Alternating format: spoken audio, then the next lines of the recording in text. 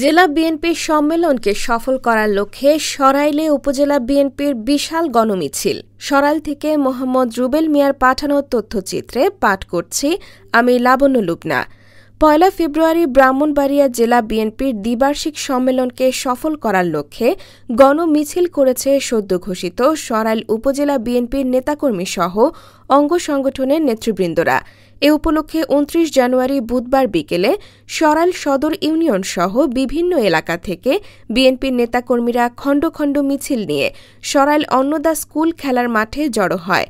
পরে সদ্য ঘোষিত উপজেলা বিএনপির সভাপতি আনিসুর ইসলাম ঠাকুর ও সাধারণ সম্পাদক অ্যাডভোকেট নুরুজ্জামান লস্কর তপুর সমর্থনে একটি বিশাল গণমিছিল বের হয়। মিছিলটি সরাইল উপজেলার প্রধান প্রধান সড়ক প্রদক্ষিণ শেষে সরাইল সদর ইউনিয়ন পরিষদ প্রাঙ্গণে সমাবেশ অনুষ্ঠিত হয়।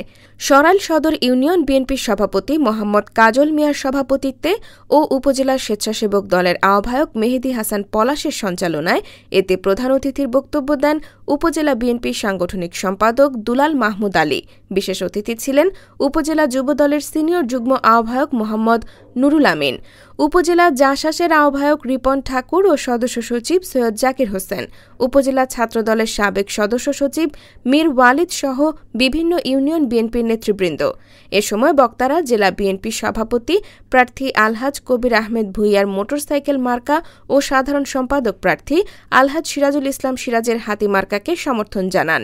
অভিযান 24.com, বিজয়নগর, ব্রাহ্মণবাড়িয়া।